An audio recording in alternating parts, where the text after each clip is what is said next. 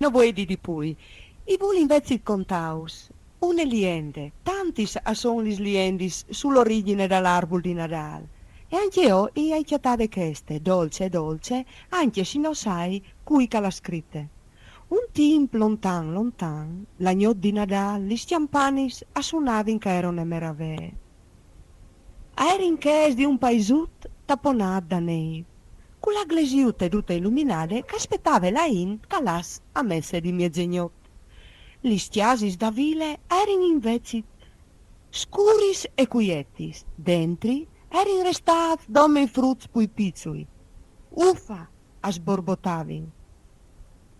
No, non us pariust, che ducia vadin a tor legris, lasannus besoi, besoi in chiase e par di più italiet, senza poter dormire, paltant stiampanotà.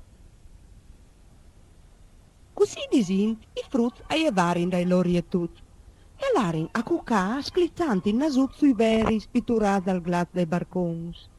Smicchiant con voi spalancat, l'allegri va e ven, non chi vi hai cornisats di scis luminosis.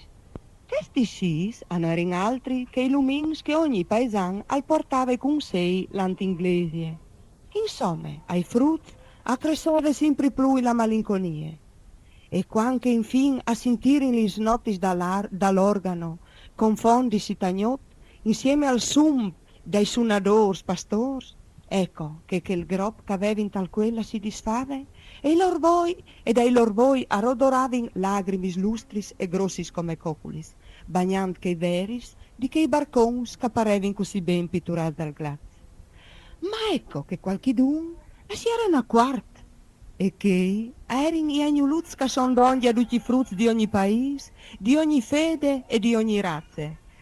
E questi agnuluz a deciderin subit di far per fa contents che frutti. A suolarin subit tal bosc a cioli pizzui pezz e tocian io con lis mans, a piarin millusos e po a zumarin lis balutis rossis dalla grifoei e li spicchiarin sui ramati che spezzuz. Finì de lavoro, a suolarin a portare un arbolo in ogni casa. La malinconia a diventava allegria come parenchiano. Da quel Nadal a si pensa che veti ho avuto origine che ste biele usanze dall'arbol di Nadal.